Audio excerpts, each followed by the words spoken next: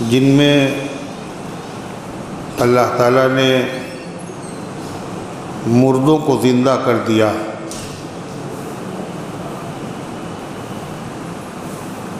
جس سے اللہ تعالیٰ کی قدرت بندوں نے دیکھی تو ان کا یقین اور زیادہ بڑھ گیا۔ اللہ تعالیٰ نے فرمایا جب تمہیں ہماری قدرت پر یقین ہے تو ہمارے وعدوں پر بھی یقین ہونا چاہیے کہ ہم نے وعدے کیے ہیں کہ اگر تم دین کے راستے میں اللہ کی رضا کے لیے اپنا مال خرچ کرو گے تو یہ مال گھٹے گا نہیں بلکہ بڑھے گا۔ یمحق اللہ الربا ویربی الصدقات، اللہ سود کو گھٹاتا ہے اور صدقے کو بڑھاتا ہے۔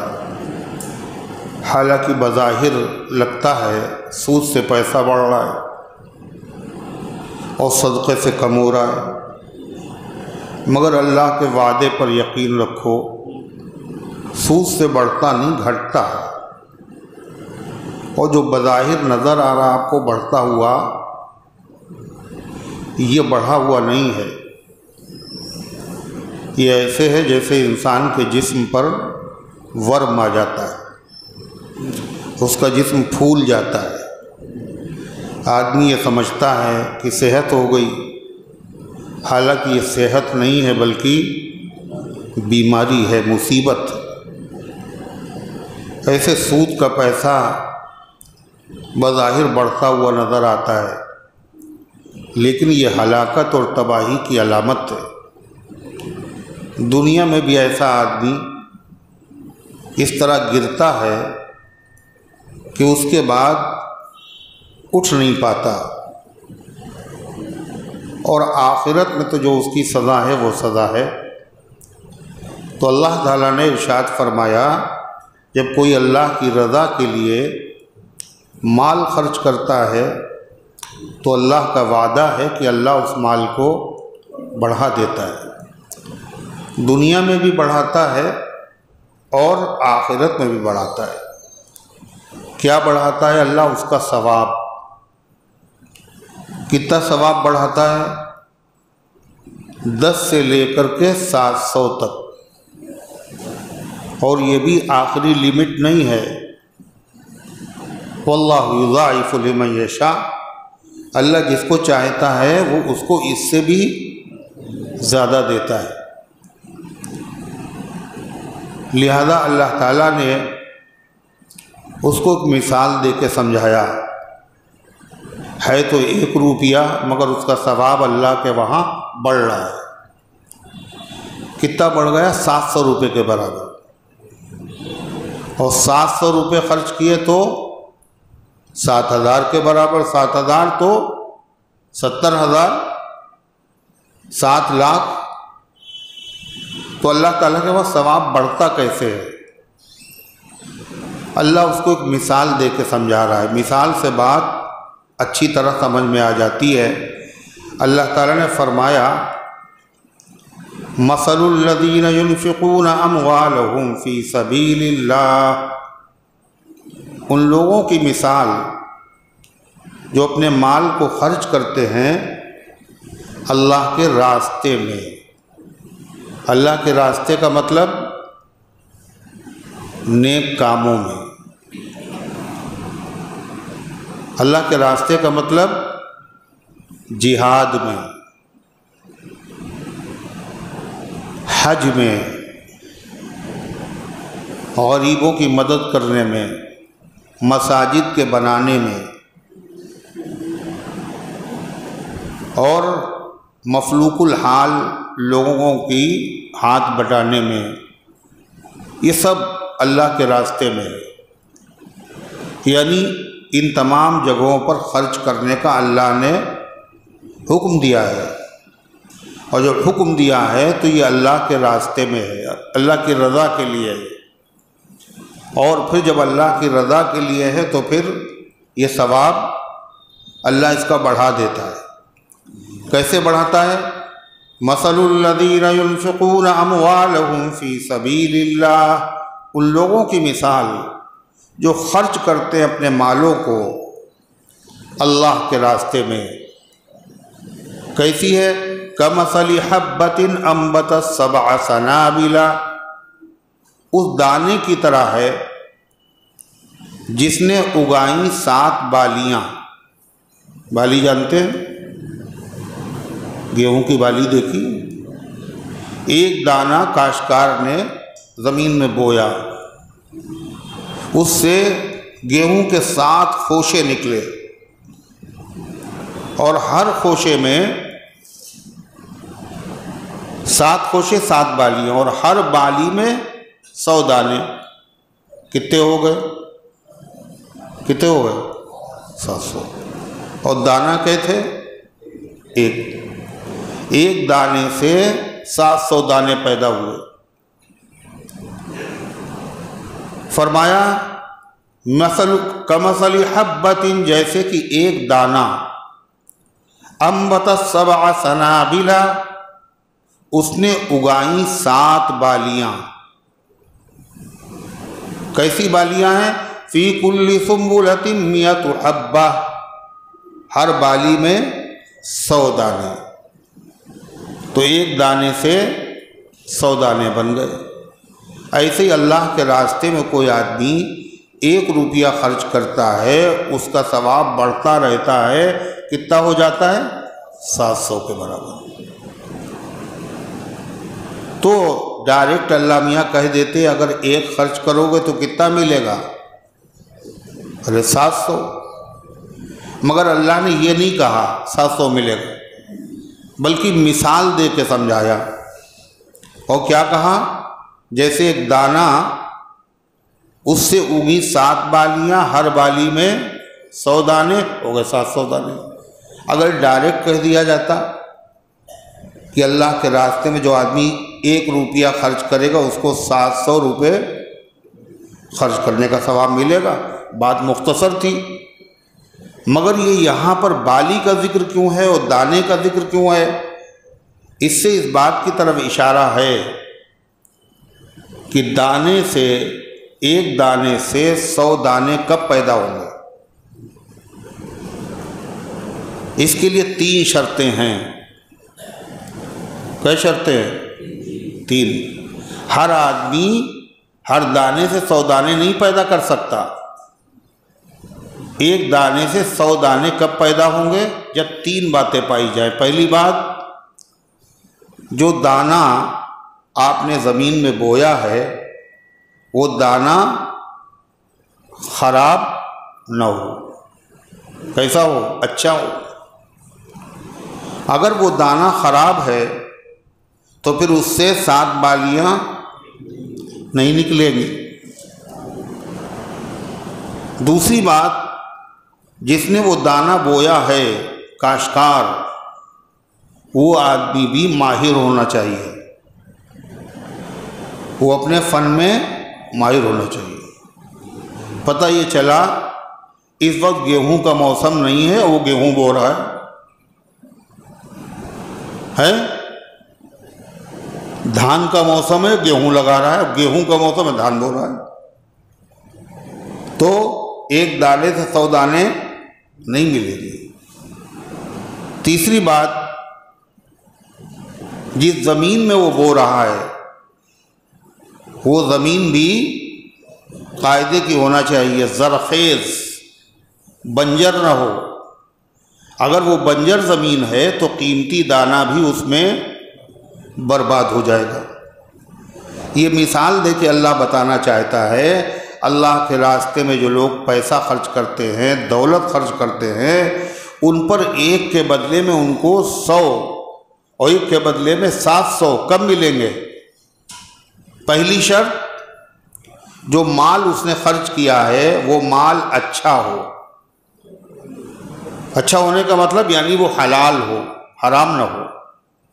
اگر وہ حرام ہے تو اس پہ کچھ بھی ثواب نہیں ملے گا، اس لیے کہ اللہ تعالیٰ پاک ہے، وہ پاک ہی چیز کو قبول کرتا ہے، اور یہ ایسی چیز ہے مسلمان تو جانتے ہی ہے، اسلام سے پہلے، قرآن کے نازل ہونے سے پہلے بھی لوگ اس بات کا خیال رکھتے تھے کہ اللہ کی رضا کے لیے اور اللہ کے کام میں ناپاک کمائی بولو نہیں لگنا چاہیے۔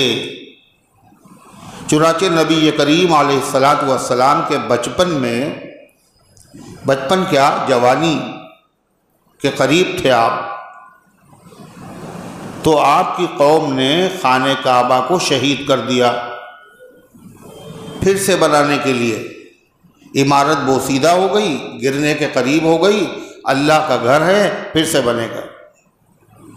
جب اللہ کا گھر بننے لگا تو ان لوگوں نے آپس میں یہ طے کیا کہ دیکھو بھائی، یہ ہے اللہ کا گھر، یہاں وہی پیسہ لگنا چاہیے جو پاک ہو، اس میں ناپاک اور حرام پیسہ اللہ کے گھر میں نہیں لگے گا۔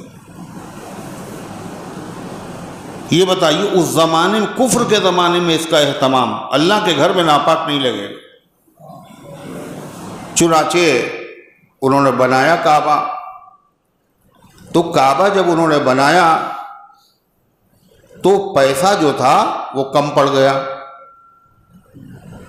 پوری کعبے کی جو عمارت تھی، جہاں تک چھت تھی، وہ پورے پہ چھت نہیں آ سکتی تھی۔ حلال پیسہ اتنا ہی ہے اور حرام پیسہ اس میں لگے گا نہیں۔ تو ان لوگوں نے جہاں تک حلال پیسے سے عمارت بن سکتی تھی وہاں تک عمارت بنائی، اور باقی جو حصہ تھا وہاں پہ دیوار بنائی، مگر اس پر چھت نہیں ڈالی۔ اسی کو کہا جاتا ہے حتیم۔ کیا کہتے ہیں؟ حتیم۔ وہ ایک دیوار سی ہے سینے کے برابر آدمی کے، اتنی اونچی، مگر اس پہ چھت نہیں ہے، اور وہ حصہ خانہ کعبہ ہی کا ہے۔ جس آدمی نے اس میں نماز پڑھ لی تو اس نے کہاں نماز پڑھی؟ خانہ کعبہ کے اندر نماز پڑھی۔ یہ وہ حصہ ہے جدھر پرنالہ لگا ہوا ہے خانہ کعبہ کا، وہ حتیم ہی میں گرتا ہے۔ میزاب رحمت جسے کہا جاتا ہے، رحمت کا پرنالہ، جب بارش ہو اور اس کے بعد جب وہاں سے میزاب رحمت سے پانی ٹپک رہا ہو، وہاں پہ کھڑے ہو کے جو آدمی دعا مانگتا ہے وہ دعا میزاب رحمت۔ تو غرض ہے کہ ان لوگوں نے کفر کے زمانے میں بھی اس کا لحاظ کیا کہ یہ اللہ کا گھر ہے، یہاں جو پیسہ لگے گا وہ کون سا؟ پاک اور حلال۔ آج کل لوگ کیا پوچھتے ہیں، مولانا صاحب یہ بتائیے مسجد کا وضو خانہ بنوانا ہے، کیا اس میں انٹرسٹ کا پیسہ لگ سکتا ہے؟ اتنے یتیم ہو گئے مسلمان، ان کے پاس پیسے ہی نہیں رہا اس کے علاوہ۔ ارے وضو خانہ چاہیے، حمام خانہ صحیح، بیت الخلاء صحیح، اتنی گری ہوئی حالت ہے کہ اس میں صاف ستھرا پیسہ نہیں لگ سکتا۔ وہ کیسے لوگ تھے جو کفر میں مبتلا ہیں، شرک میں مبتلا ہیں، مگر ان کی سوچ دیکھیے کہ اس میں پیسہ لگے گا تو حلال و پاک لگے گا، نہیں پورا ہو رہا ہے تو پوری چھت نہیں ڈالے گی۔ تو اس لیے اللہ تعالیٰ نے فرمایا ایک نیکی پر 700 نیکیوں کا ثواب ملے گا، مگر کب ملے گا؟ جیسے ایک دانے سے 700 دانے کب پیدا ہوں گے؟ نمبر 1 وہ دانہ اچھا ہو، ایسے ایک نیکی پر 100 نیکیاں کب ملیں گی؟ 1 روپے پر 700، جب وہ پیسہ جو آپ اللہ کے راستے میں لگا رہے ہیں، جو دولت، وہ کیا ہو؟ پاک اور حلال ہو۔ اگر وہ حلال نہیں ہے تو اللہ کے وہاں قبول ہی نہیں۔ اللہ پاک ہے، وہ پاک ہی چیز کو قبول کرتا ہے۔ دوسری چیز، وہ دانہ جو بو رہا ہے وہ کاشتکار کیسا ہونا چاہیے؟ ماہر ہو، جانتا ہو گیہوں کی فصل ہے یا دھان کی فصل ہے، چنے کا زمانہ ہے یا باجرے کا زمانہ ہے، وہ جانتا ہو۔ اگر واقف کار نہیں ہے تو دانہ بونے کے باوجود 700 دانے نہیں ملیں گے۔ یہاں فرمایا کہ پہلی چیز 1 روپیے پر 700 روپے کا ثواب کم ملے گا۔ پہلے تو وہ روپیہ جو ایک ہے وہ حلال ہو، پاک ہو۔ دوسری چیز، جو خرچ کرنے والا ہے اس کی نیت صحیح سالم ہو۔ اگر اس کی نیت میں فساد ہوگا، کھوٹ ہوگا، تو پھر ایک کے بدلے میں 700 نہیں ملے گے۔ اب ایک صاحب ایک جگہ مسجد بن رہی تھی، تو مسجد بن گئی بھائی، اب اس کا گیٹ بننے کو آیا، نوبت آئی گیٹ کی، تو ایک صاحب نے گیٹ ہم بنوائیں گے، اس کے لیے چندہ کرنے کی ضرورت نہیں۔ تو خیر صاحب انہوں نے بہت بڑی اچھی بات ہے، مگر جب انہوں نے گیٹ بنوایا تو اس پہ پتھر لگوا دیا کہ فلاں آدمی نے مسجد بنوائی۔ دیکھا آپ نے، پوری مسجد چندے سے بنی، گیٹ خالی خود بنایا، پتھر اپنے نام کا لگوا دیا۔ دیکھا آپ نے، تو خرچ تو کر رہا ہے اللہ کے راستے میں، مگر نیت صحیح نہیں، اس میں بھی دھوکہ دے رہے تاکہ دنیا یہ سمجھے پوری مسجد فلاں نے بنوائی۔ اب آپ بتائیے، بندوں کو اگر دھوکہ دو گئے تو تمہیں نیکی کو ثواب کون دے گا؟ ثواب کون دے گا بھائی؟ ارے ثواب کون دے گا؟ محلے والے نا، پھر اللہ دے گا، اتنی دیر میں سمجھائی۔ اور اللہ جب دے گا تو دھوکہ تم سب کو دے سکتے ہو، مگر اللہ کو تو دھوکہ دیا نہیں جا سکتا۔ تو اس لیے اللہ نے کھیتی کی مثال دی۔ 2 باتیں ہوئیں، ایک تو پیسہ حلال ہو، دوسرے جو خرچ کرنے والا ہے، صدقہ کرنے والا ہے، اس کی نیت صحیح ہو، اخلاص ہو اس کے اندر، اللہ کی رضا مقصود ہو۔ 2 باتیں ہوئی۔ تیسری بات کہا تھا دانے سے 700 دانے جب پیدا ہوں گے، جب دانہ اچھا ہو، بونے والا ماہر ہو، تیسری چیز وہ زمین بھی اچھی ہو، بنجر نہ ہو۔ اگر بنجر زمین میں دانہ ڈالیں گے تو کچھ بھی حاصل نہیں ہوگا۔ ایسے ہی وہ روپیہ پاک ہو اور دینے والے کی نیت اچھی ہو۔ تیسری شرط یہ ہے کہ جہاں پہ وہ خرچ کر رہا ہے، جس جگہ پہ خرچ کر رہا ہے، وہ جگہ، وہ آدمی واقعی اس کا مستحق ہو، یہ نہیں وہ غیر مستحق ہے۔ پیسہ آپ نے جیب سے نکال کے دے دیا، آپ کو یہ نہیں پتا اس سے کیا بنایا جائے گا، کہ اس سے جو ہے وہ راستے پر جھنڈیاں ٹانگی جائیں گی۔ کیا ٹانگا جائے گا؟ جھنڈیاں۔ ان جھنڈیوں سے کیا فائدہ ہوگا یہ بتائیے؟ کسی کا پیٹ بھرے گا؟ پیاس بجھے گی؟ ہے جھنڈیاں ہے نا، روشنی ہے، اتنا پیسہ روشنی میں آپ نے خرچ کر دیا، اتنے پیسوں میں کسی غریب آدمی کی بچی کی شادی ہو جاتی، تو کسی کا کام بن جاتا، اللہ بھی خوش ہوتا، ثواب بھی ملتا آپ کو۔ تو مصرف ہونا چاہیے وہ اچھا۔ جب وہ مصرف ہوگا، صحیح پاک کمائی ہو، نیت صحیح سالم ہو، اور جہاں خرچ کیا جا رہا وہ جگہ بھی اچھی ہو، تو ثواب گھٹے گا نہیں، ثواب بڑھے گا۔ اب صاحب 1 روپیہ دینا تھا آپ کو، 10 روپے 100 روپے کسی غریب کو دینے تھے، آپ نے دیکھا غریب تو کوئی بھی مل جائے گا، مگر یہ آدمی مسجد کا مؤذن ہے اور یہ غریب بھی ہے،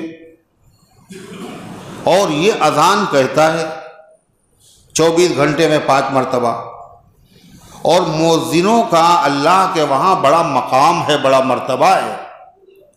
آج تو پتہ نہیں، کل قیامت کے دن معلوم ہوگا۔ کیسے پتہ چلے گا؟ جب میدان محشر میں جتنے مؤذن ہوں گے وہ سب الگ دکھیں گے، سارے میدان محشر کے لوگ سمجھ جائیں گے یہ جو سب سے بلند نظر آ رہا ہے ان میں یہ مؤذن ہے۔ اتنا ثواب ہے اذان کہنے کا۔ حضرت عمر ابن خطاب جن کی نیکیاں ستاروں کے برابر ہیں، انہوں نے کہا کاش میں مؤذن ہوتا، یعنی اگر خلافت کے کاموں کی ذمہ داری میرے اوپر نہ ہوتی تو میں اذان کہتا۔ اذان کا ثواب اتنا، جہاں جہاں تک اس کی آواز جا رہی ہے، انسان اور جن، پتھر اور درخت اور ذرے اور ریزے، ہر چیز کل قیامت کے دن گواہی دے گی۔ یہ 24 گھنٹے میں 5 مرتبہ اے اللہ تیری وحدانیت کا، کبریائی کا، تیرے محبوب کی رسالت کی گواہی کا اعلان دیا کرتا تھا۔ مؤذن بھی ہے، نماز بھی کے لیے ہر وقت، جاڑا، گرمی، برسات، وقت پہ اذان ہونا ہے۔ کہیں کام سے گئے مگر فکر ہے، ارے ہے یا نہیں، لہذا وہ مؤذن کی طبیعت خراب ہے۔ اب ہم سوچ رہے ہیں کوئی ایسی جگہ پیسہ لگائیں زیادہ ثواب ملے۔ اگر آپ نے مؤذن کا علاج کیا تو آپ کو ثواب بہت ملے گا۔ یہ مصرف کسی غریب کا کر دیں گے، کسی بیمار کا آپ علاج کر دیں جو غریب آدمی ہو، ثواب ملے گا آپ کو۔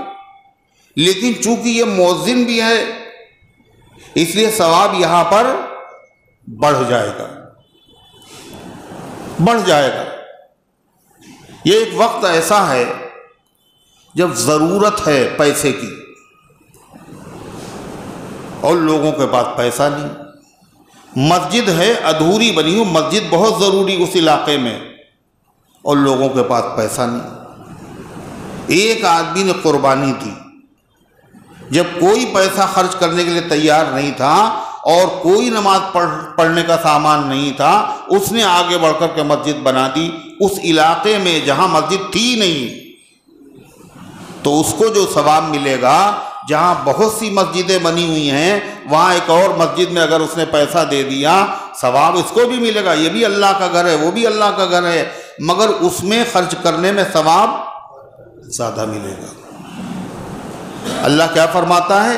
اسی طریقے سے جو آدمی 1 روپیہ خرچ کرے گا اس کو کتنا ثواب ملے گا؟ 10 سے لے کے 700 تک۔ یہ آخری حد نہیں ہے، اللہ چاہے گا تو اس سے زیادہ دے گا۔ چنانچہ یہ قاعدہ عام لوگوں کے لیے ہے، صحابہ کے لیے یہ قاعدہ بولو نہیں ہے۔ صحابہ کو اللہ نے اتنا دیا اور فیصلہ کر دیا۔ کیا فیصلہ کر دیا؟ اب کوئی کتنا بھی خرچ کر دے، کوئی کتنا بھی خرچ کر دے، کوئی بھی خرچ کر دے، صحابہ نے جو تھوڑا سا خرچ کیا تھا اس زمانے میں، اس کے برابر اس کو ثواب بولو نہیں ملے۔ اللہ کے نبی نے کیا بتایا کہ دیکھو میرے صحابہ کو برا نہ کہنا، ان میں سے اگر کسی نے 1 مد، آدھا مد، 1 سیر، آدھا سیر، اگر جو اللہ کے راستے میں صدقہ کیے ہیں، اور بعد میں آنے والا کون؟ بعد میں آنے والا کون؟ بعد میں آنے والا تاجر نہیں، بعد میں آنے والا ولی، قطب، ابدال، علامہ، مولانا، حافظ، قاری، شیخ الحدیث، کوئی بھی ہو، وہ اگر صدقہ کرے اللہ کے راستے میں، کیا چیز؟ احد پہاڑ کے برابر سونا۔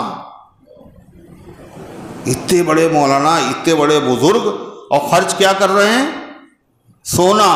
انہوں نے کیا خرچ کیا تھا؟ جو، اور جو بھی کتنا؟ 1 کوئنٹل نہیں، کتنا؟ 1 کلو 2 کلو۔ اور بعد میں آنے والے بڑے پیر صاحب، جنید بغدادی، باعزید بستامی، نظام الدین اولیاء علیہ الرحمہ، مجدد الفسانی، کوئی بڑے سے بڑا بزرگ ہو، وہ کیا صدقہ کرے؟ سونا۔ اور سونا بھی کتنا؟ 1 ٹن نہیں، کتنا؟ احد پہاڑ کے برابر. اور احد پہاڑ جو ہے وہ 1 بالش کا ہے.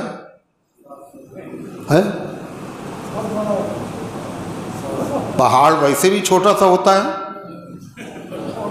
پہاڑ بہت بڑا. مدینہ طیبہ میں جائیے، اس پہاڑ کو دیکھیے.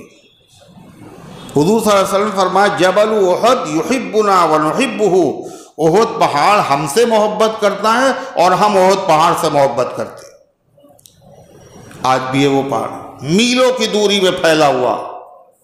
اللہ کے نبی کہہ رہے اتنا سونا کوئی صدقہ کرے پھر بھی اس کو وہ ثواب نہیں ملے گا جو کسی بھی صحابی کو 1 کلو جو اللہ کے راستے میں خرچ کرنے پر ملا. مطلب ختم اب قصہ، اب دسترخوان اٹھ گیا. اب اس ثواب کی ہوس بھی مت کرو، سوچو بھی نہیں یہ ثواب آپ کو نہیں مل سکتا. کیوں؟ اس لیے کہ انہوں نے جس وقت جو صدقہ کیے تھے اس وقت اتنی ضرورت اسلام کو تھی، اسلام کو شدید ضرورت تھی. ایسی ضرورت کبھی نہیں پڑے گی. دوسرے انہوں نے جو صدقہ کیا ہے، جس اخلاص کے ساتھ کیا ہے، خلوص کے ساتھ کیا ہے، ایسا خلوص بعد میں کسی میں پیدا ہی نہیں ہوگا. جتنا خلوص اتنا ثواب. یہ ان کے اندر خلوص پیدا کاہے سے ہوا تھا؟ ان کے اندر یہ اخلاص جو پیدا ہوا تھا اب کسی میں نہیں ہوا. کیوں نہیں ہوگا؟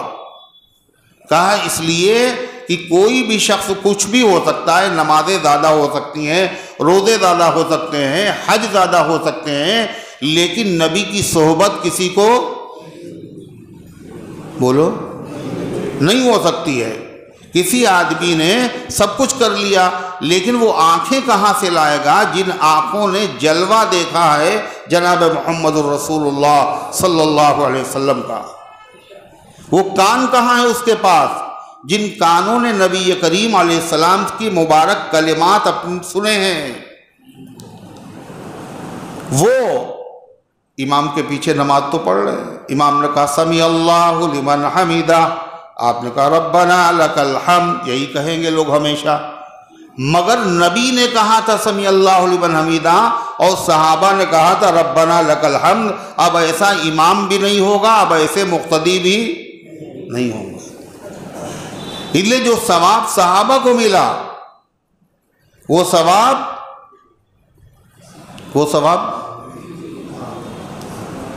کیا کہہ رہے ہو؟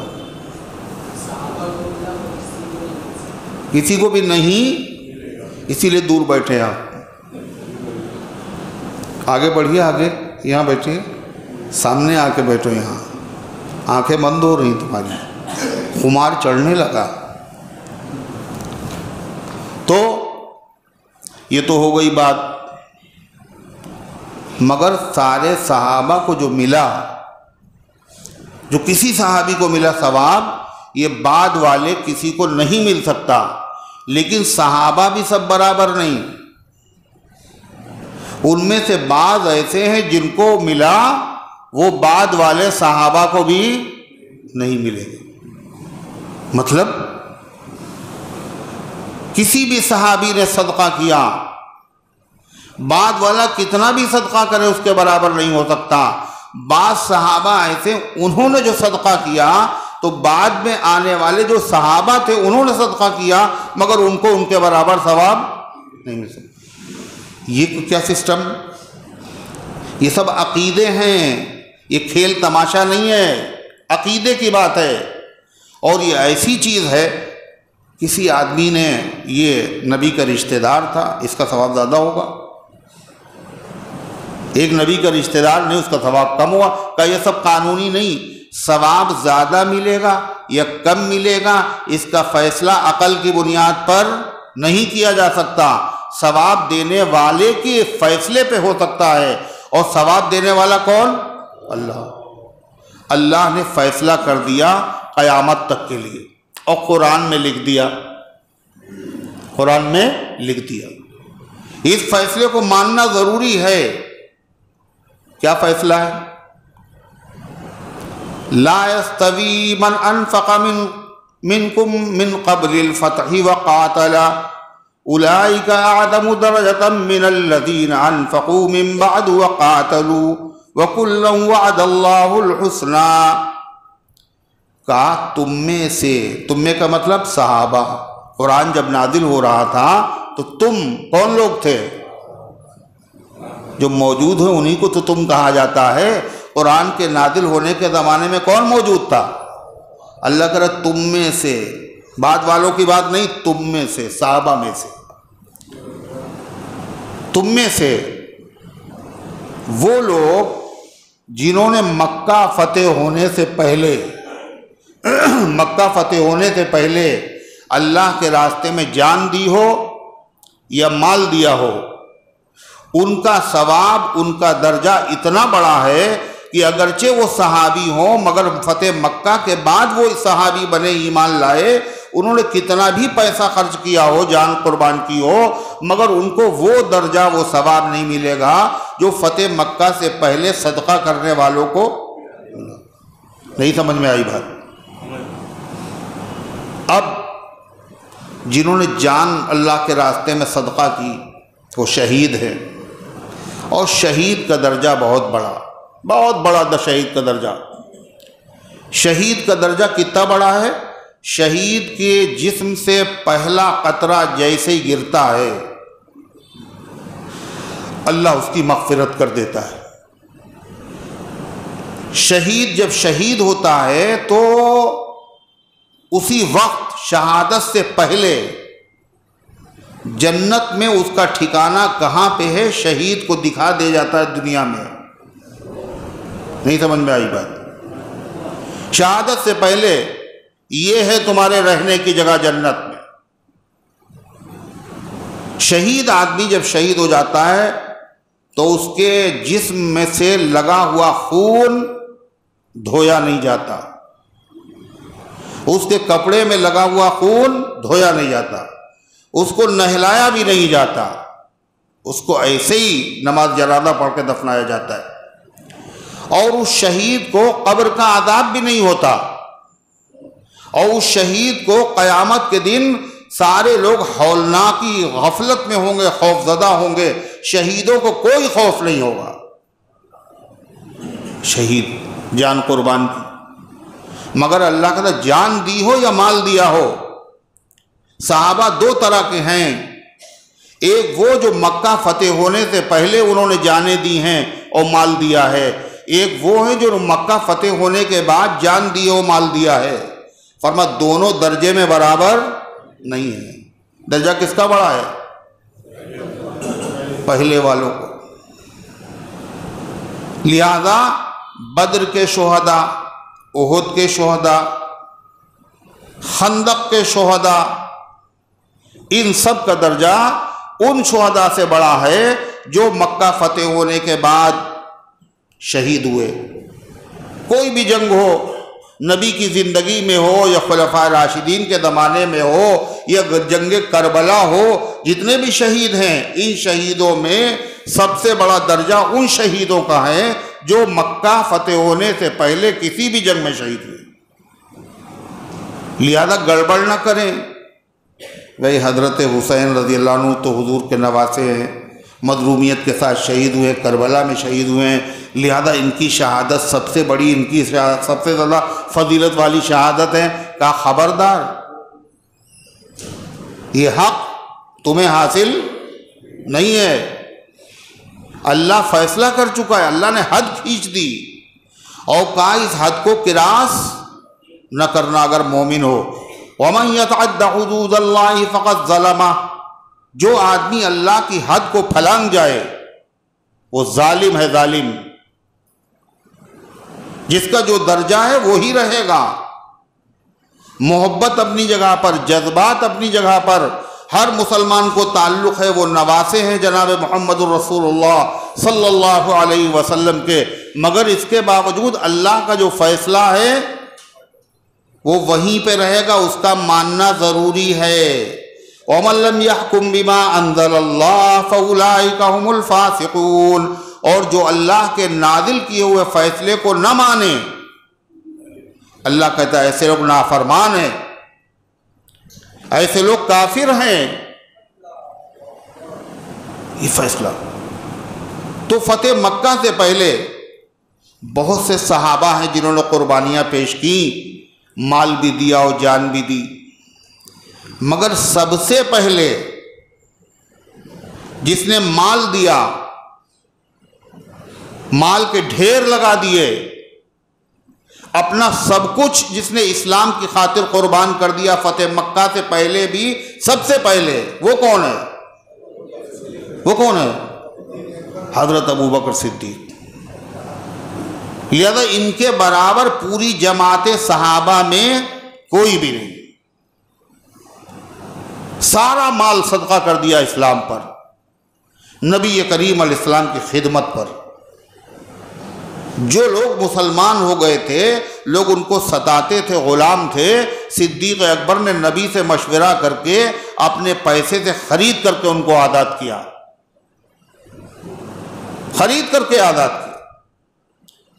اس کے علاوہ نبی کریم صلی اللہ علیہ وسلم کے جو ہجرت کا سفر ہے، وہ 2 اونٹنیاں 3 مہینے پہلے سے کس نے خرید کے رکھی تھی؟ ابوبکر صدیق۔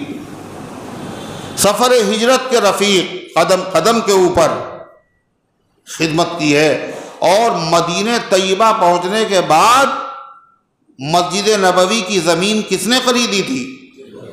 صدیق اکبر۔ اللہ کے نبی ابوبکر صدیق کے مال میں ایسے خرچ کرتے تھے جیسے آدمی اپنا ذاتی مال خرچ کرتا ہے۔ اور آپ نے کہا جس آدمی کے ساتھ سے اور جس کے مال سے مجھے سب سے زیادہ فائدہ پہنچا ہے وہ ابوبکر صدیق۔ تو اللہ تعالیٰ قرآن کریم میں کیا فرما رہا ہے؟ ثواب کا معیار ہے، کتنا ثواب دیں گے؟ قیامت تک لوگ صدقہ کریں گے 1 روپے پر 700 روپے تک۔ یہ حد نہیں ہے، اس سے زیادہ بھی دیں گے، 7,000 بھی دیں گے، 7 لاکھ بھی دیں گے، 7 لاکھ بھی دیں گے، 7 کروڑ بھی دیں گے۔ لیکن یہ ثواب جو گھٹتا اور بڑھتا ہے، یہ کیسے بڑھتا ہے؟ فرمائے اخلاص کی وجہ سے، جتنا خلوص ہوگا اتنا ہی ثواب بڑھے گا۔ کس آدمی میں کتنا خلوص ہے یہ کون جانتا ہے؟ اللہ جانتا ہے۔ اللہ تعالیٰ نے فرمایا واللہ یضاعف لمن یشاء، اور اللہ جس کو چاہتا ہے اس سے زیادہ دیتا ہے۔ واللہ واسع علیم، اور اللہ بہت وسعت رکھنے والا ہے، اللہ کے خزانے میں کمی چاہے دے دے، چاہے سب کو دے دے، 7 کروڑ سب کو دے دے، پھر بھی اللہ کے خزانے میں کمی نہیں، مگر وہ 7 کروڑ سب کو نہیں دے گا۔ کیوں نہیں دے گا؟ خزانے میں کمی ہو جائے گا؟ نہیں، علیم ہے وہ۔ کیا ہے وہ؟ مولانا علیم، وہ علیم ہے۔ علیم کے معنی بہت علم والا، بہت علم والا۔ وہ جانتا ہے کون کتنے ثواب کا مستحق ہے، کس میں کتنا خلوص ہے، کس کی قربانی کس درجے کی ہے، لہذا اپنے علم کے اعتبار سے وہ ثواب عطا فرمائے گا۔ اللہ تعالیٰ نے فرمایا صدقے کا ثواب 700 گنا تک ہوگا، مگر اس کے لیے کچھ شرطیں ہیں۔ اگر وہ شرط نہیں پائی گئی تو تم نے چاہے لاکھوں کروڑوں اربوں روپیہ خرچ کر دیا ہو، کچھ بھی ثواب تمہیں نہیں ملے گا۔ وہ شرط کیا ہے سنیے۔ اللہ فرماتا ہے الذین ينفقون اموالهم فی سبیل اللہ، جو لوگ خرچ کرتے ہیں اپنے مالوں کو اللہ کے راستے میں، ثم لا يتبعون ما انفقوا منا ولا اذى، اور پھر خرچ کرنے کے بعد وہ نہ تو احسان جتلاتے ہیں اور نہ جس پر خرچ کیا ہے اس کو تکلیف پہنچاتے۔ اگر آپ نے کچھ بھی خرچ کر ڈالا، خرچ کرنے کے بعد اگر آپ نے احسان جتلا دیا، میاں میرے سامنے نظریں اٹھا کے بات کر رہے ہو، پتہ بھی ہے تمہیں جتنا گوشت و پوست و کھال و چمڑی ہے سب میری وجہ سے ہے، ہم نے تمہیں پالا ہے، تو جتنا آپ نے کیا تھا بچپن سے لے کے اب تک وہ سب کا سب آپ نے کیا کر دیا؟ مٹی کر دیا، ختم، احسان جتلا دیا آپ۔ بھول گئے تم؟ ہم نے تمہارا کس موقع پہ ساتھ دیا اور کس موقع پہ ساتھ دیا اور کس موقع پہ ساتھ دیا؟ آپ نے جو گنایا تو آپ نے سارا ثواب آپ نے دنیا ہی میں باطل کر دیا، آخرت میں آپ کو کچھ نہیں ملے گا۔ اتنی خطرناک یہ عادت ہے، کچھ پوچھئے نہیں۔ حدیث میں آتا ہے 3 آدمی قیامت کے دن ایسے ہوں گے، 3 آدمی کا مطلب 3 طرح کے لوگ، جن سے اللہ تعالیٰ نظر رحمت سے ان کو دیکھے گا نہیں، اور رحمت کی اللہ ان سے بات نہیں کرے گا، اللہ ان کو پاک و صاف بھی نہیں کرے گا، معاف بھی نہیں کرے گا۔ وہ 3 آدمی کون کتنے بد نصیب ہوں گے؟ فرما ان میں سے نمبر 1، نیکی کرنے کے بعد، احسان کرنے کے بعد احسان جتلانے والا۔ اتنا بھیانک گناہ ہے یہ۔ تم نے اگر کسی کو کچھ دیا تو احسان جتلانے کی کیا ضرورت ہے؟ کیوں؟ تم نے نہیں دیا تھا، وہ تم نے خود پیدا کیا تھا، وہ تو اللہ نے دیا تھا، تمہارے ہاتھ سے دلوایا تھا، لہذا احسان کہے گا؟ کوئی انسان کسی انسان کو کیا دیتا ہے؟ آدمی ایک بہانہ ہے، خدا دیتا ہے۔ وہ اللہ تمہیں بھی دلوا سکتا تھا، تمہیں فقیر بنا دیتا، اور جس کو تم نے دیا ہے اللہ اس کو مالدار بنا، اس کے ہاتھ سے تمہیں دلوا سکتا تھا۔ ادھر ڈرو اللہ سے۔ ایک احسان جتلانے والا۔ دوسرا جس کو ہم لوگ بہت معمولی سمجھتے ہیں، کیا ہے بتائیں؟ ٹخنوں سے نیچے پائجامہ، پینٹ، لنگی لٹکانے والا۔ ٹخنوں سے نیچے پیر کے گٹے، ان کے نیچے لنگی لٹک رہی ہے، پینٹ لٹک رہا ہے، سلوائے جا رہے ہیں جو عید میں، بقرعید میں، شادی میں، وہ کون سے کتنے سلوائے جا رہے ہیں؟ جو جینسیں وغیرہ جو ہیں، پینٹ وغیرہ کیسے گٹے کے اوپر والے نا، کیسے سلوائے گئے؟ نیچے، اور پہنے بھی ویسے ہی رہے۔ اچھا زیادہ بڑی رعایت کی، بڑی مروت کی تو مسجد میں جب آئے تو گٹے کھول کے آ گئے، اور بعد اتنے ظالم ہیں کہ ابھی مسجد سے نکلے نہیں، پھر گٹے چھپا لیے۔ اللہ کے گھر ہی میں یہ گناہ مسلمان کتنی دیر کے لیے ہیں؟ آپ جتنی دیر مسجد میں ہیں، ہے نا؟ بولو، مسلمان کتنی دیر کے لیے ہیں؟ جتنی دیر مسجد میں ہیں۔ بتائیے، گٹے یہیں پہ چھپے، یہیں کھلے، اور یہیں پھر سے کھول چھپا دیے گئے۔ یہ جرم معمولی نہیں ہے، سن لیجئے اچھی طرح سے۔ اللہ رحمت سے دیکھے گا نہیں، اللہ قیامت دن بات نہیں کرے گا، اور تہجد گزار ہیں مگر گٹے چھپے ہوئے ہیں، حاجی ہیں مگر گٹے چھپے ہوئے ہیں۔ آپ مسجد میں دیکھیے، اسی مسجد میں ہر مسجد میں دیکھ لیجئے، پوری صف میں کوئی نہ کوئی ایک نمازی ایسا آپ کو مل جائے گا جس کی لنگی نیچے لٹک رہی ہے۔ یہ اللہ کے گھر میں بھی سیدھے نہیں ہوتے، خدا کے گھر میں بھی فرعون بن کے آتے ہیں۔ یہ سمجھتے ہیں ہماری شان میں فرق پیدا ہو جائے گا۔ سانپ پوری دنیا میں ٹیڑھا بیڑھا چلتا ہے، مگر جو اپنے بل میں آتا ہے تو سیدھا ہو کے آتا ہے۔ آدمی ساری دنیا میں ٹیڑھا بیڑھا چلا، مسجد میں تو کم سے کم سیدھا ہو جائے، اللہ کا گھر ہے۔ یہ بھی گٹے چھپے ہوئے ہیں، نماز بھی پڑھ رہے ہیں، 80 سال ہو گئے عمر کے، اور گٹے چھپے ہوئے ہیں۔ حضرت صدیق اکبر رضی اللہ تعالیٰ نے فرمایا، اے اللہ کے رسول، میں بہت کوشش کرتا ہوں لیکن میرا تہبند نیچے لٹک جاتا ہے۔ آپ نے فرمایا، ابو بکر تم ان لوگوں میں سے نہیں ہو۔ یہ سرٹیفکیٹ اور یہ سند اکیلے ابو بکر صدیق کو حاصل ہے۔ سمجھاؤ، قاعدے سے سمجھاؤ، یہ بھی دین کا کام ہے۔ کیسے سمجھاؤ؟ کون سی بات کہاں کیسے کہی جاتی ہے، یہ سلیقہ ہو تو ہر بات سنی جاتی۔ اللہ والوں سے سیکھیے تبلیغ کیسے کی جائے۔ حضرت مولانا ابرار الحق صاحب رحمۃ اللہ علیہ، ان کے پاس ایک صاحب ملنے آئے، اور ان کا پائجامہ جو تھا وہ گٹوں سے نیچے تھا۔ تو حضرت سے جب انہوں نے مصافحہ کیا، معانقہ کیا، گلے ملے، تو حضرت نے ان کے کان میں کہا تمہارا پائجامہ نیچے ہے،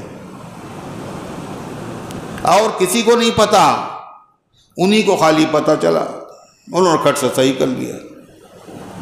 یہ ہوتا ہے دوسرا آدمی شرمندہ بھی نہ ہو اور دین کی بات بھی پہنچ جائے۔ حضرت شاہ عبدالعزیز صاحب رحمۃ اللہ علیہ کے وہاں ایک عورت مسئلہ پوچھنے آئی۔ کون آیا؟ کون آیا؟ بولو کون آیا؟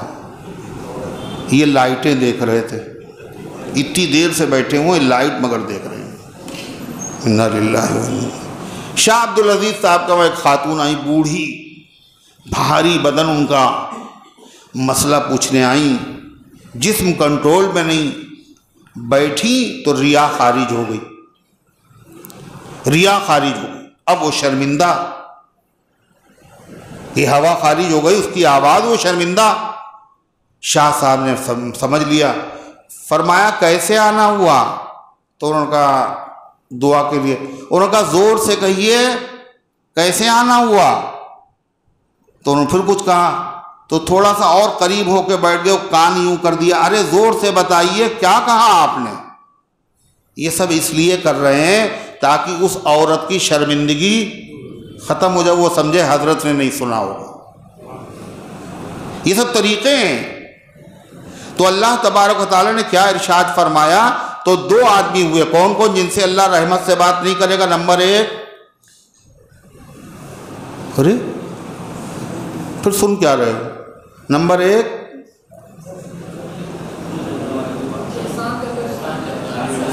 احسان جتلانے والا۔ نمبر دو، عورتوں کے لیے نہیں بتا رہے، مردوں کے لیے ہے یہ، گٹوں سے نیچے، مردوں کے لیے ہے، عورتوں کے لیے نہیں ہے۔ گٹے چھپا لیے اس نے، اگر موزے پہن کے چھپا لیے تو موزے میں تو سبھی کے چھپے ہوتے گٹے، کہا نہیں، وہ کپڑا جو اوپر سے پہنا جائے، چاہے وہ کرتا ہو، چاہے وہ جبہ ہو، چاہے وہ توپ ہو، جو اوپر سے پہنا جا رہا ہے، مرد اگر اسے پہنے تو اس کے گٹے نہیں چھپنا چاہیے۔ اور عورتوں کے لیے کیا مسئلہ ہے؟ ان کے گٹے ارے ان کے گٹے کھلنا نہیں چاہیے، اور مردوں کے گٹے چھپنا نہیں چاہیے۔ مگر فیشن جب آ جائے تو سب کچھ ہو جاتا ہے۔ فیشن جب آ جائے تو شریعت پیچھے، فیشن آگے۔ آج کل فیشن چل رہا ہے کہ لڑکیاں ایسا لباس پہنے، ایسی شلوار پہنے جس میں ان کے گٹے کھلے ہوئے ہو۔ کیا گٹے کھلے ہوئے ہیں؟ کلمہ نبی کا، پیروی یہود و نصارہ کی۔ آپ سوچئے یہ کیسا ایمان ہے؟ مردوں سے کہا گٹے چھپا لو، کھولو، تو انہوں نے چھپا لیے۔ عورتوں سے کہا گٹے چھپا لو، انہوں نے گٹے کھول لیے۔ یعنی مرد بھی اللہ کے نبی کی فرمان کی خلاف ورزی کر رہے ہیں، عورتیں بھی فرمان کی خلاف ورزی کر رہی ہیں، اور اس کے بعد کیا ہے؟ 12 تاریخ کو خوشی خوب منا رہے حضور پیدا ہوئے۔ بتائیے، کلمہ نبی کا پڑھ رہے ہیں، شفاعت کی نبی سے امید ہے، کوثر کے جام کی تمنا رکھتے ہیں، اپنے حضور صلی اللہ علیہ وسلم کے مسلمان ہونے پر فخر بھی کرتے ہیں، مگر حضور کلمہ آپ کا پڑھیں گے مگر مخالفت آپ کی کریں گے۔ لباس میں، وضاقتہ میں، سوچیے آپ، قلب میں سوز نہیں، روح میں احساس نہیں، کچھ بھی فرمان محمد کا تمہیں پاس نہیں، کچھ بھی خیال نہیں۔ اور اللہ کیا کر رہا ہے؟ اسی لیے دنیا میں حالات کیا ہیں پتہ ہے آپ؟ اسرائیل فلسطینی مظلوم فلسطینیوں کے اوپر حملے کر رہا ہے، چھوٹے چھوٹے بچوں میں بھی ترس نہیں کھاتا، اتنا سخت دل۔ قرآن کہتا فَهِيَ كَالْحِجَارَةِ، ان کے دل ایسے ہیں جیسے پتھر ہوتا ہے، اور وَأَشَدُّ مِنَ الْقَسْوَةِ، یہ پتھر سے بھی زیادہ سخت دل ہے ان کے۔ اور پوری دنیا میں یہی نظارہ ہے، کہیں ٹھیک ٹھاک معاملہ ہے ہی نہیں۔ کیوں نہیں ہے؟ اس لیے کہ تم نے کلمہ نبی کا پڑھا اور میرے نبی کی تم نے مخالفت کی ہے، لہذا تمہیں عزت کہاں ملے گی؟ جنہوں نے 100% نبی کا کلمہ پڑھا، نبی کی غلامی کی تھی، ان کو 100% اللہ نے اسی دنیا میں عزت عطا فرمائی تھی، اور آج مسلمانوں نے کلمہ نبی کا اور نبی کی مخالفت، نتیجہ کیا ہے؟ عزت، عظمت سب رخصت ہو گئی۔ اور اللہ کا وعدہ کیا ہے کہ محمد سے وفا تو نے تو ہم تیرے ہیں، یہ جہاں چیز ہے کیا، لوح و قلم تیرے۔ جنہوں نے وفا کی تھی، دنیا نے دیکھا کہ بیوی نہیں کہنا مان رہی، بچے نہیں کہنا مان رہے، وہ کھڑے ہو گئے جنگل کے کنارے اور کہا جنگل کے درندوں سن لو، ہم نبی کے صحابہ ہیں، نکلو یہاں سے، یہاں ہم قیام کریں گے۔ سب نکل گئے۔ ارے یہ دنیا میں واقعہ پہ، افریقہ میں یہ ہوا واقعہ پیش آیا۔ اور کس کے زمانے میں یہ واقعہ پیش آیا؟ کس کے زمانے میں پیش آیا بتائیے؟ اللہ کے نبی کا زمانہ نہیں ہے، صدیق اکبر کا زمانہ نہیں، فاروق اعظم کا زمانہ نہیں، عثمان و علی کا زمانہ نہیں، حضرت امیر معاویہ رضی اللہ عنہ کا زمانہ۔ وہ ان کا لشکر تھا، وہ ان کے سالار تھے۔ حضرت نافع ابن قبا ایک آواز لگائی، اور کون سی کس زبان میں انہوں نے آواز لگائی تھی؟ سنسکرت میں نا، پھر ہندی میں۔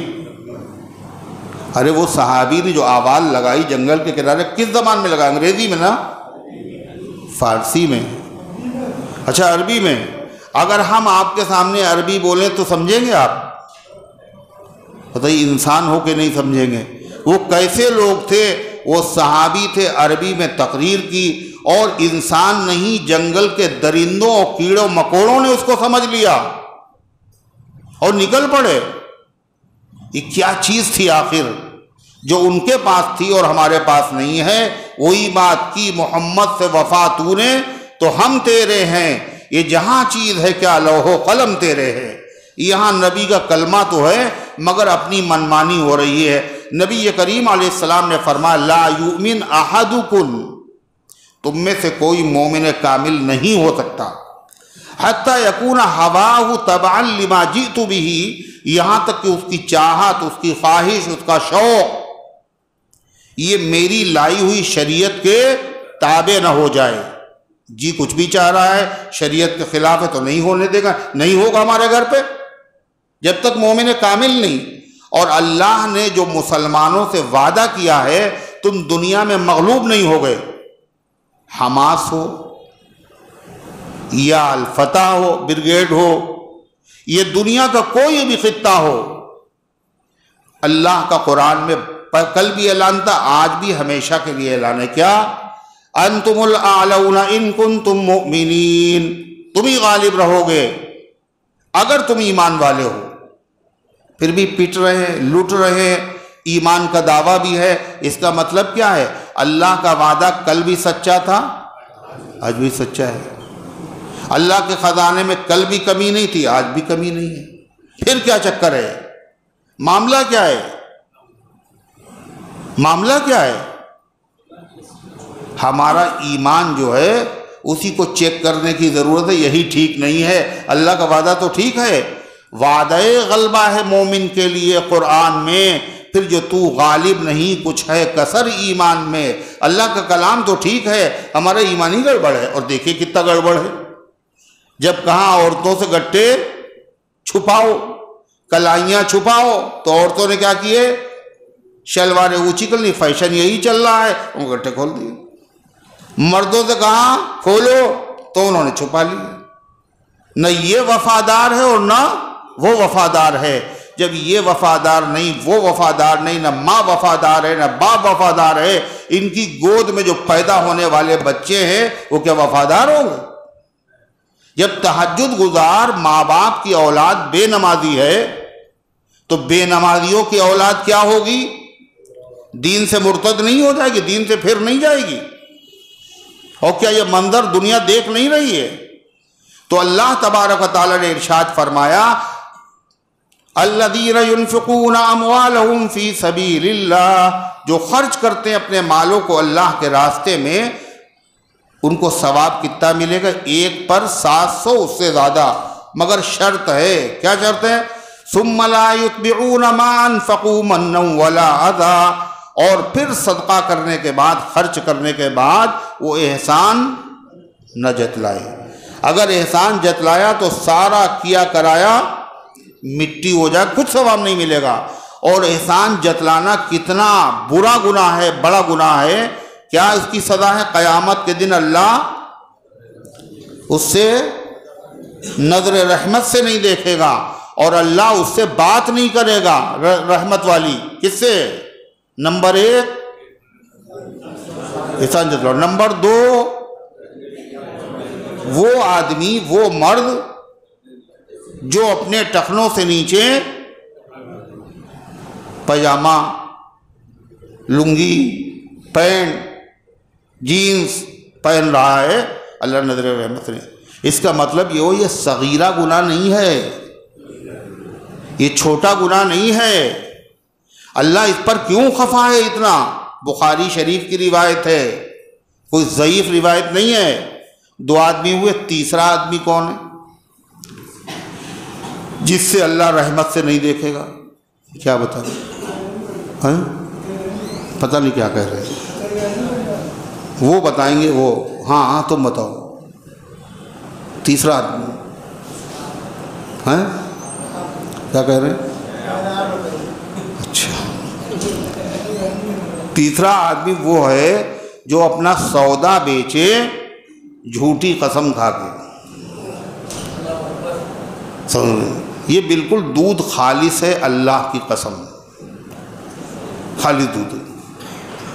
ایک صاحب دودھ بیچتے تھے اور وہ کہتے تھے، قسم بھی کھا جاتے تھے، کہلے ہم دودھ میں پانی نہیں ملاتے۔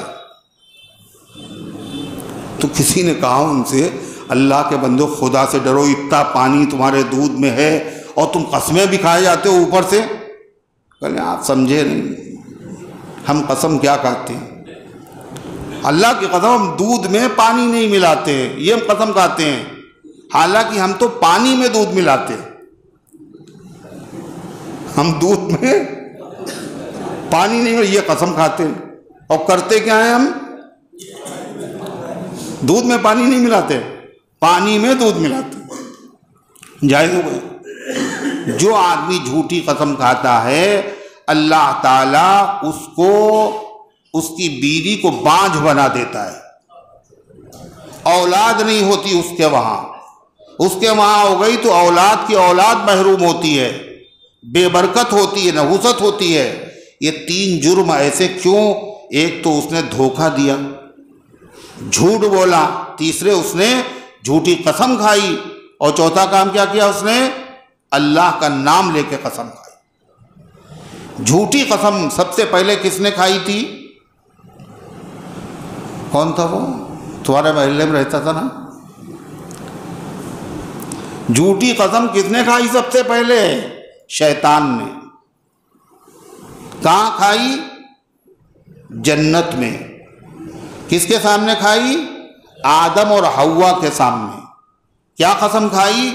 یہ جو درخت ہے اس کو کھا لو، اللہ میاں نے منع کیا ہے نا، اس کو تم کھا لو۔ جو اس کو کھا لیتا ہے وہ ہمیشہ جنت میں رہتا، کبھی نکالا نہیں جاتا۔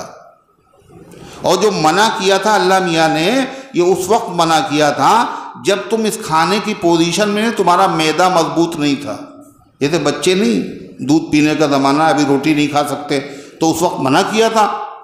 اب تو جنت میں رہتے ہوتے ٹائم تمہیں ہو گیا، اب اگر تم یہ درخت کھا لو گے تو کوئی مسئلہ نہیں۔ اللہ نے تھوڑے دیر کے لیے منع کیا تھا، ہمیشہ کے لیے تھوڑے منع کیا۔ آدم پھر بھی نہیں کھا رہے تھے، اب اس نے کیا کیا؟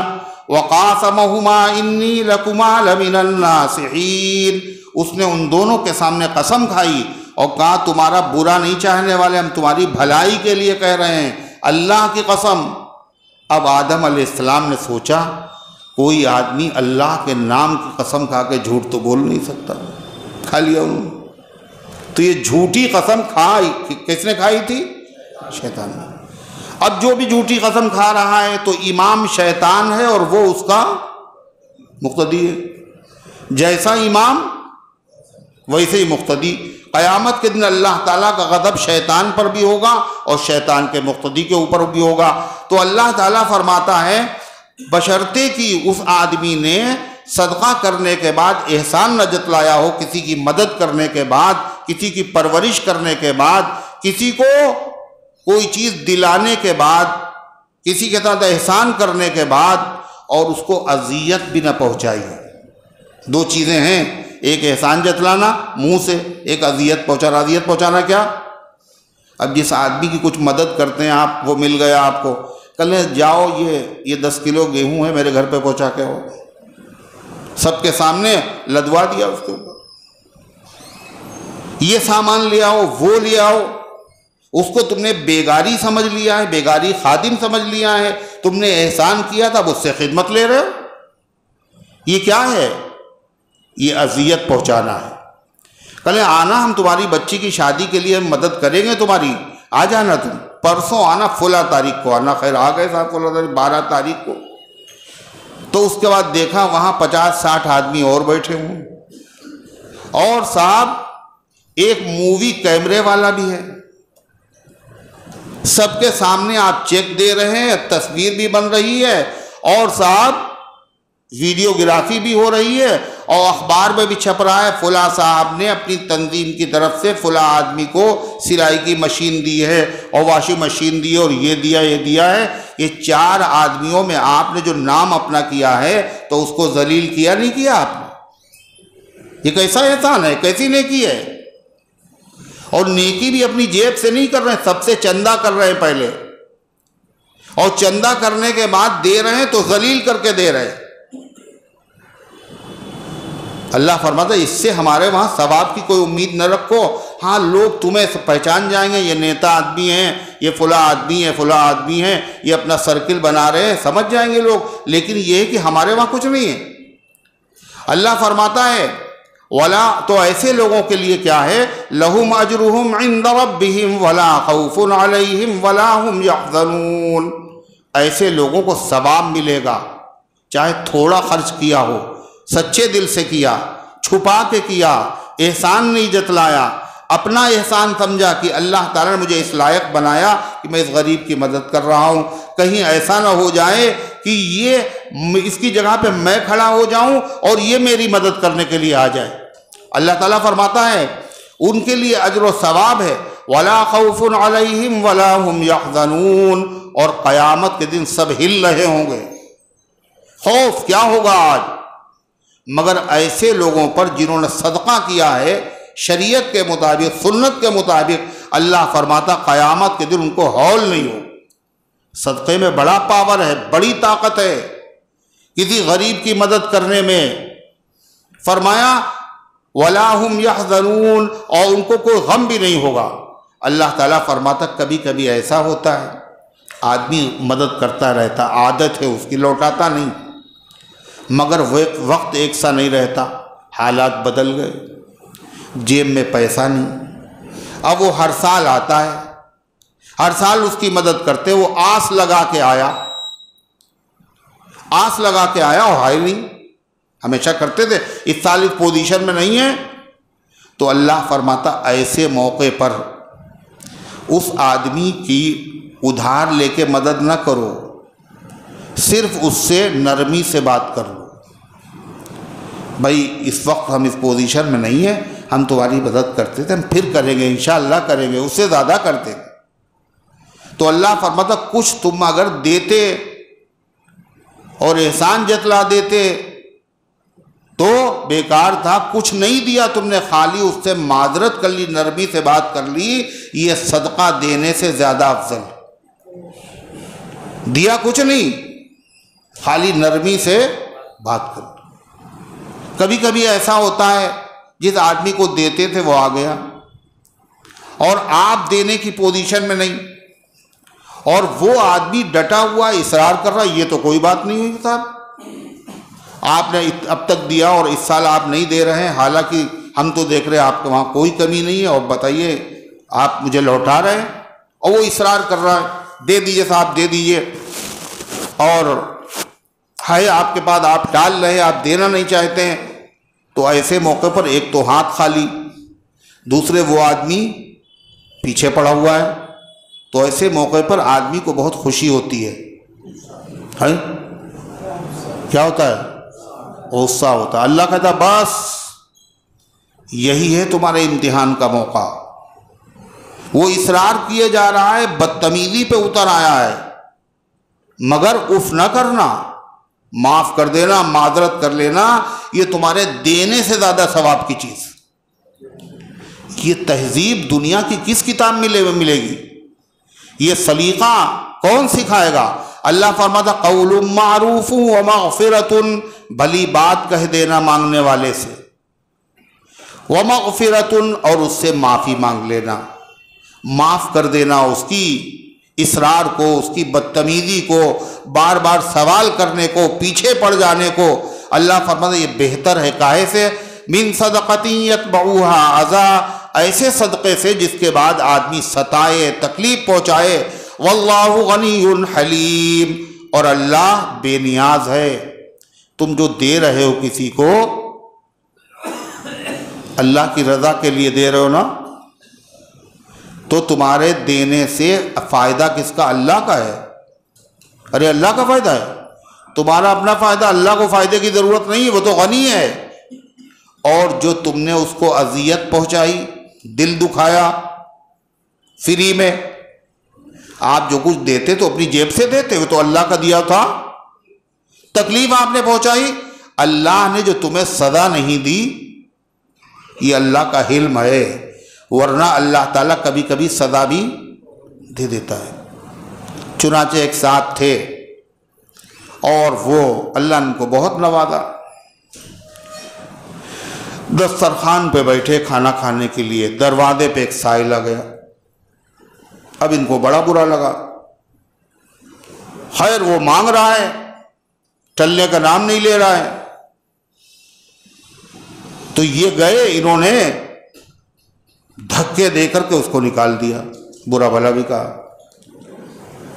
کچھ دنوں کے بعد اللہ نے ان سے لے لیا بدلہ، ان کا سارا کاروبار تباہ ہو گیا، سب کچھ بک گیا، کھانے کے لالے پڑ گئے، انہوں نے اپنی بیوی کو طلاق دے دی، خود نہیں کھائیں گے، بیوی کو کہاں سے کھلائیں گے، خرچے کہاں سے اٹھائیں گے، سب لٹ پٹ گیا۔ اس کے بعد وہ جو آدمی تھا جس کو بھگایا تھا، فقیر، اللہ نے اس کے دن بدل دیے، دولت کی ریل پیل، دھن برس رہا ہے، اس کی کوٹھی اسی نے خریدی، اور جس بیوی کو اس نے طلاق دی اس نے نکاح بھی اسی سے کیا، نکاح بھی کر لیا۔ اب اس کے بعد ایک دن مانگتے مانگتے یہ اسی کے دروازے پہ پہنچ گئے، کوئی انہی کا گھر تھا، انہوں نے دھکے دیے تھے، جس کو دھکے دیے تھے وہی اسی کے دروازے پر اللہ نے فقیر بنا کے کھڑا کر دیا۔ اور بیوی جو اندر سے آئی، اس نے دیکھا اس کے تو پیر جام ہو گئے، بالکل حیرت میں، اس نے کہا کیا ہوا؟ تو بتایا کہ یہ وہ آدمی ہے جس کی میں بیوی تھی، اس کے وہاں ایک فقیر آیا تھا، اس نے اس کو دھکے دے دیے تھے، تو اس نے کہا وہ کوئی اور تھوڑی تھا، ہم ہی تو تھے۔ اللہ اسی کو کہہ رہا ہے، کسی آدمی کو اذیت پہنچانے سے بہتر کیا ہے؟ صدقہ نہ دو، اذیت پہنچاؤ، صدقہ دے رہو، تکلیف پہنچاؤ، اس سے بہتر ہے معذرت کر لو، معافی مانگ لو، نرم بات کہہ دو، یہ صدقے سے بہتر ہے۔ اور اللہ غنی ہے، تم جو دے رہے ہو یہ اللہ کو تھوڑی دے رہے ہو، اللہ تو بے نیاز ہے، مگر تمہاری بدتمیزیوں پر اور غرور و تکبر پر اللہ جو سزا نہیں دے رہا ہے، اللہ حلیم۔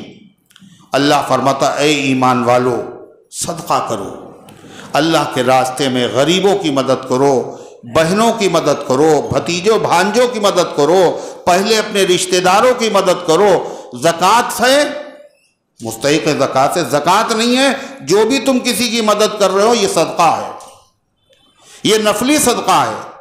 مؤذن کی مدد کر رہے ہیں، امام کی مدد کر رہے ہیں، مسجد میں دے رہے ہیں، یہ بھی صدقہ ہے، یہ نفلی صدقہ ہے۔ زکوٰۃ نہیں دے سکتے مسجد میں، مگر نفلی صدقہ دے سکتے ہیں۔ تو اللہ تعالیٰ فرماتا یہ صدقہ قیامت کے دن کام آئے گا۔ جب میدان محشر میں کہیں سایہ نہیں ہوگا تو یہ صدقہ تمہارے لیے سایہ بن جائے گا۔ اور وہاں تو بعد میں پہنچیں گے، پہلے مریں گے دنیا میں، اور کوئی ایسا ہے نہیں ہے جو مرے نہ۔ اس حقیقت کا دنیا میں کسی نے انکار نہیں کیا، اور موت اچھی بھی ہوتی اور بری بھی ہوتی۔ اگر بری موت سے بچنا چاہتے ہو تو فرما صدقہ کیا کرو۔ کیا کیا کرو؟ صدقہ۔ صدقہ بری موت سے بچاتا ہے، صدقہ بیماریوں کو دور کرتا ہے۔ فرما بیماریوں کا علاج کرو صدقے سے، اور مال کی حفاظت کرو کائے سے؟ زکوٰۃ سے۔ مگر ہم لوگ صدقہ بعد میں کرتے ہیں، پہلے ڈاکٹر کے وہاں جاتے ہیں۔ اگر پہلے صدقہ کر لیتے تو ڈاکٹر کے وہاں جاتے تو ہلکا نسخہ بنتا اور جلدی فائدہ بھی ہو جاتا، مگر یہاں ہر چیز الٹی ہے۔ اللہ فرماتا صدقہ تمہارے کام آئے گا۔ اور عجیب بات، جب آدمی کے مرنے کا وقت آتا ہے تو آدمی کیا کہتا ہے؟ تھوڑی مہلت اور مل جاتی۔ کون ہے؟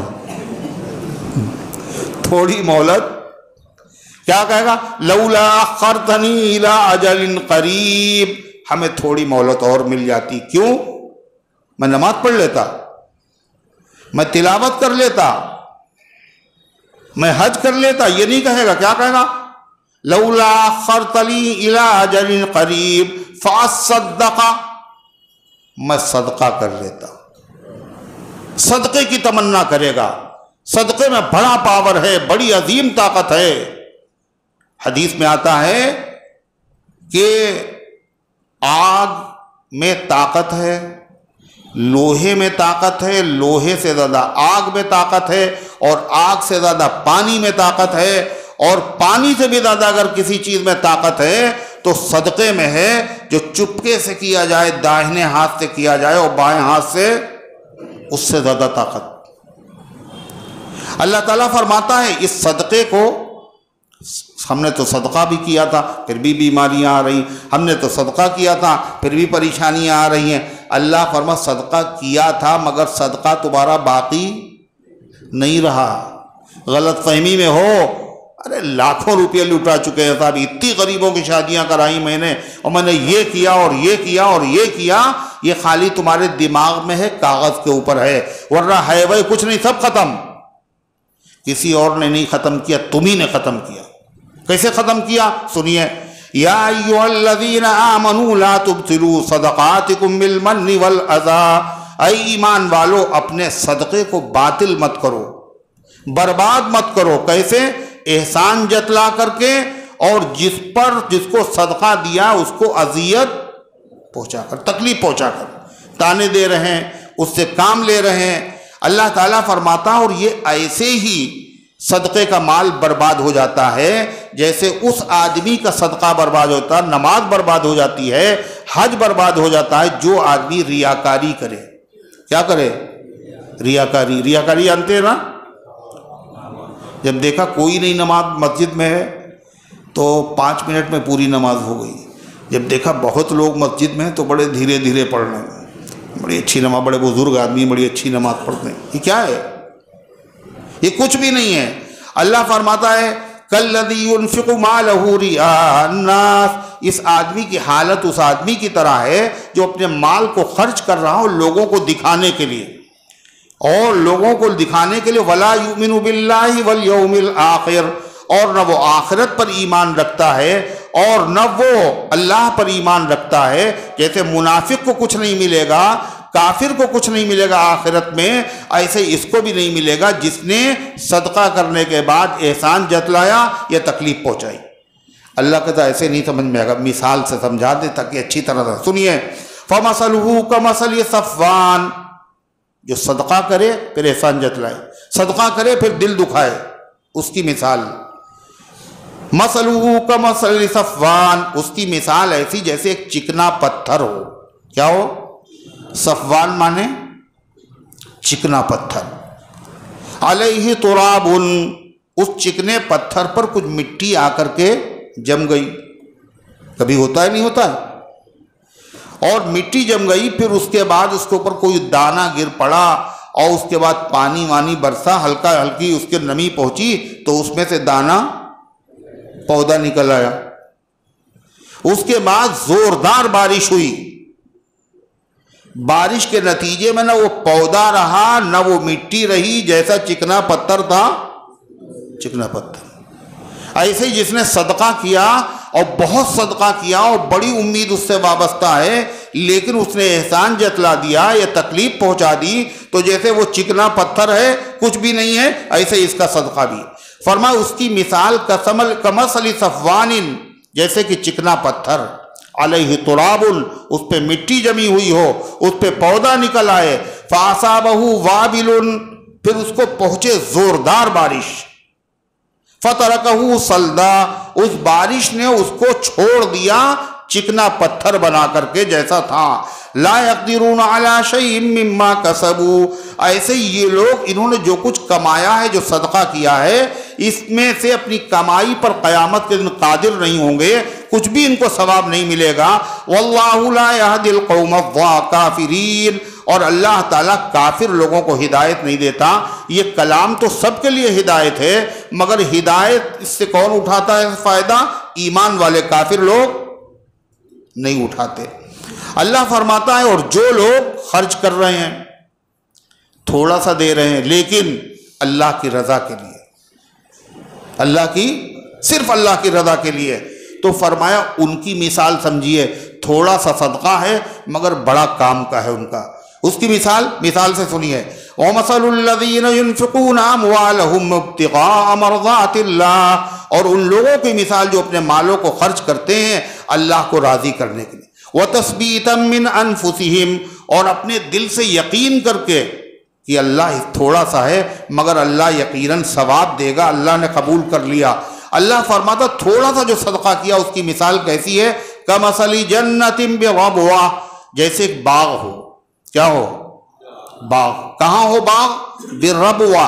ربوا کہتے ہیں ٹیلا، بلند مقام کے اوپر ایک باغ ہے، جہاں شبنم گرتی ہے، جہاں ہوا بھی بہت عمدہ آ جاتی ہے، اس جگہ کے اوپر باغ ہے.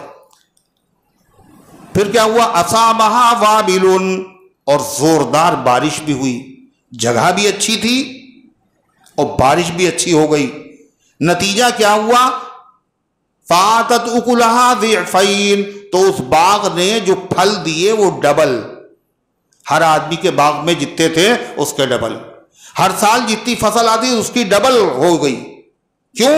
زمین بہت اچھی. ایسے ہی اس نے تھوڑا سا صدقہ کیا مگر اس کی نیت بہت اچھی تھی.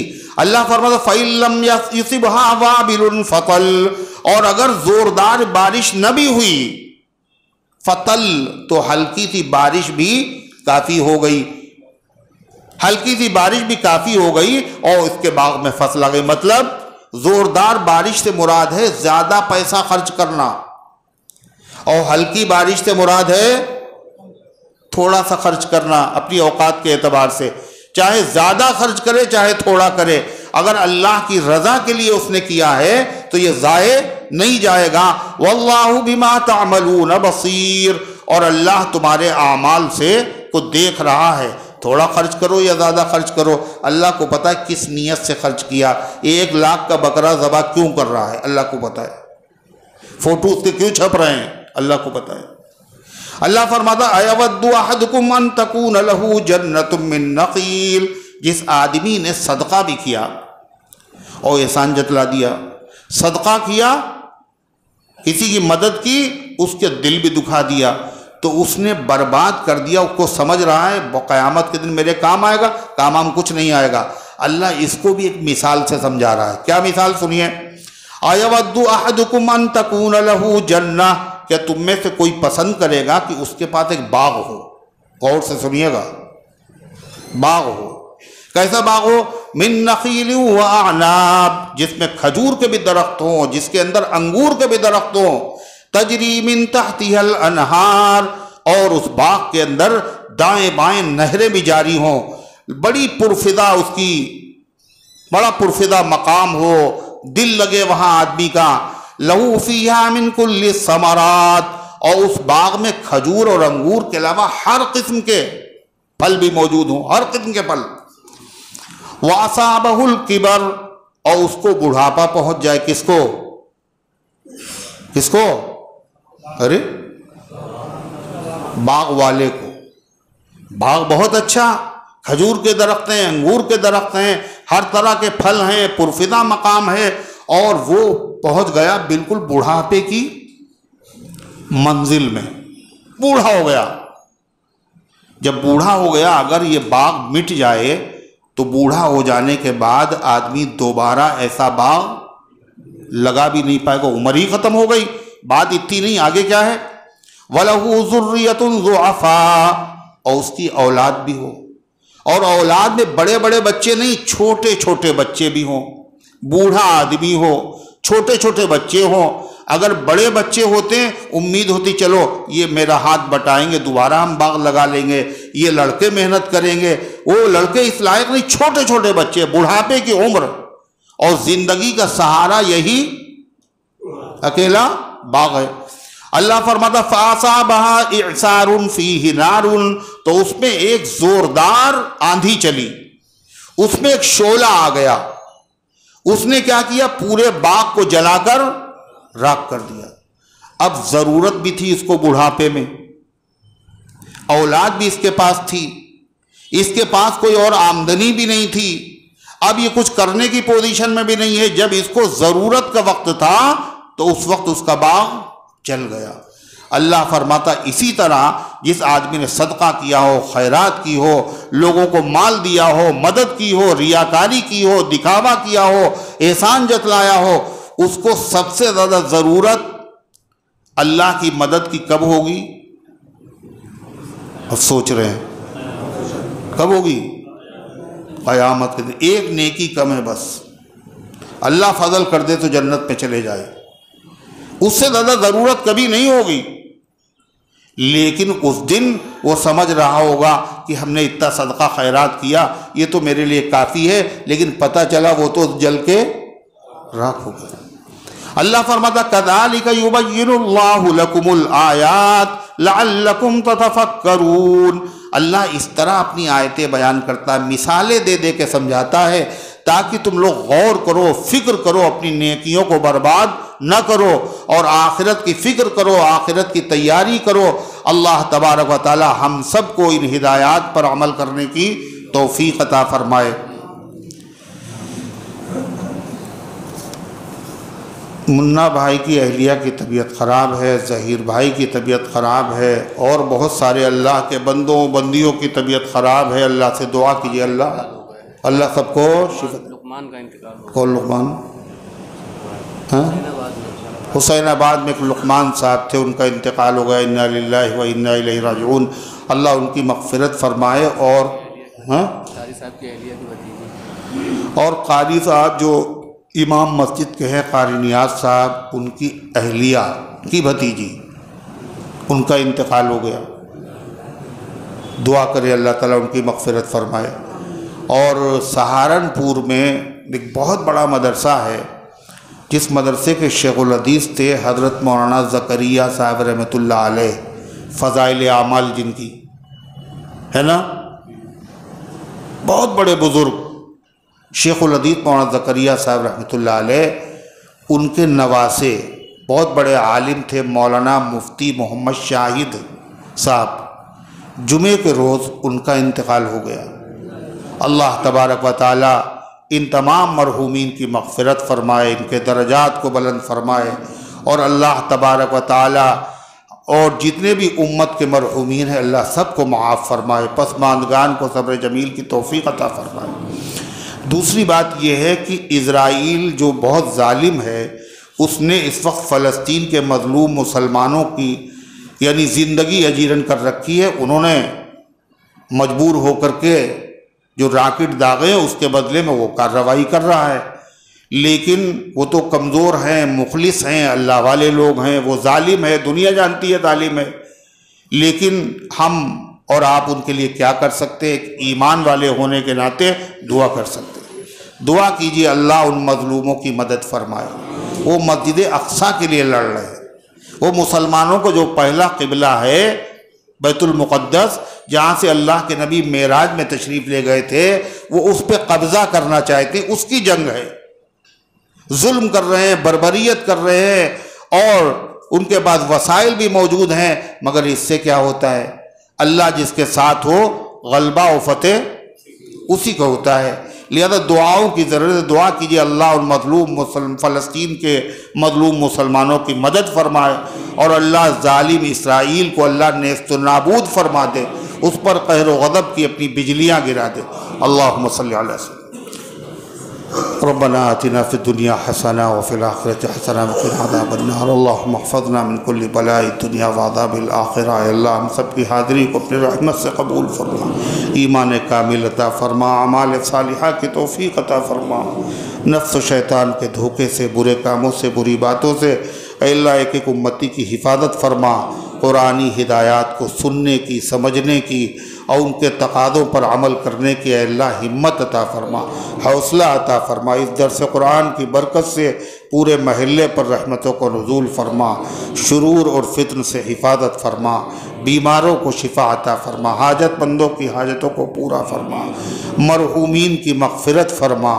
اے اللہ فلسطین کے مظلوم مسلمانوں کی مدد فرما، اے اللہ غیب سے نصرت فرما، غیب سے حمایت فرما، اے اللہ مسجد اقصیٰ کو آزاد فرما، اے اللہ مسجد اقصیٰ کی حفاظت فرما، حرمین شریفین کی حفاظت فرما، اے اللہ ان ظالم یہودیوں پر اور تمام کے تمام ظالموں پر اے اللہ اپنے قہر و غضب کی بجلیاں گرا دے۔ اے اللہ تو ان سے انتقام لے لے، اے اللہ تیری طاقت بہت بڑی ہے، اے اللہ ان کو اپنی طاقت کا غرور ہے، اے اللہ وہ اپنی طاقت کے نشے میں مبتلا ہے، اے اللہ وہ تیرے بندوں پہ ترس نہیں کھاتے ہیں، اے اللہ ان کو عورتوں پہ بھی ترس نہیں آتا، معصوم بچوں پہ بھی ترس نہیں آتا، اے پروردگار عالم ان کے ناپاک وجود سے دنیا کو پاک فرما دے۔